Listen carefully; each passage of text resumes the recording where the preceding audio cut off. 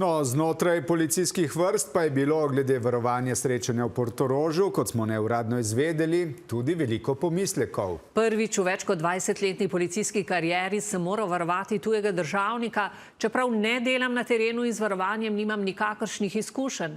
Nam je zaupal policist, ki želi ostati neimenovan. Na policiji sicer zatrjujejo, da varovanje izvajajo usposobljeni kadri, hkrati pa priznavajo, da ob tako velikih dogodkih vpokličejo tudi dodatne policiste.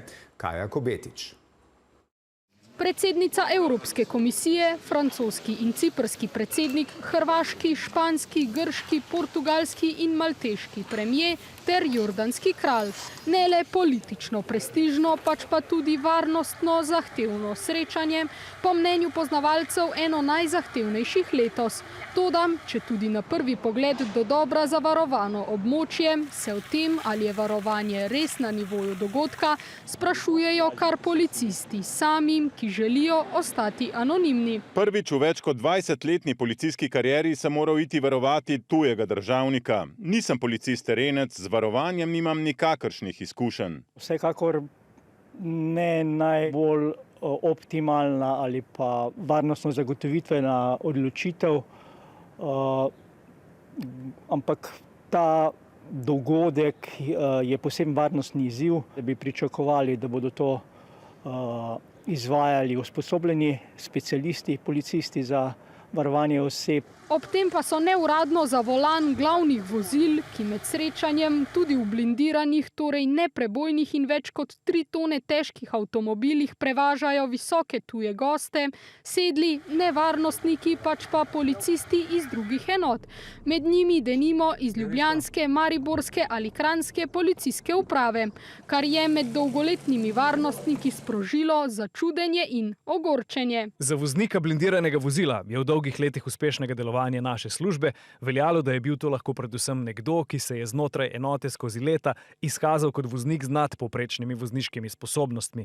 Marsikateri varnostnik se dolga leta ni smel dotakniti volana blindiranega avtomobila. Iz dokumenta, ki smo ga pridobili neuradno z naslovom Akcija VIP Portorož 2025, je razvidno, da so nekateri vozniki vpoklicani iz kadrovske pomoči, za prevoz visokih tujih gostov v blindiranem vozilu pa so, kot gre sklepati iz dokumenta, včeraj imeli le 2 oziroma 1 uro usposabljanja. V tem varovanju so blindirana vozila vozili policisti, ki ne poznajo taktike delovanja varnostnih formacij in taktike vožnje. Voznik tega vozila ni zgolj policist-voznik, ampak ponavadi tudi druga oseba, ki varuje varovano osebo. Da fizično varovanje oseb izvajajo le za to usposobljeni varnostniki, da pa ob večjih varovanjih, denimo pri prevozih, pomoč res nudijo policisti iz drugih policijskih uprav, so nam pisno sporočili iz policije, medtem ko pred kamere niso želeli. So pa dodali, da tisti policisti, ki vozijo blindirana vozila, opravljajo usposabljanja vsaki 2 leti,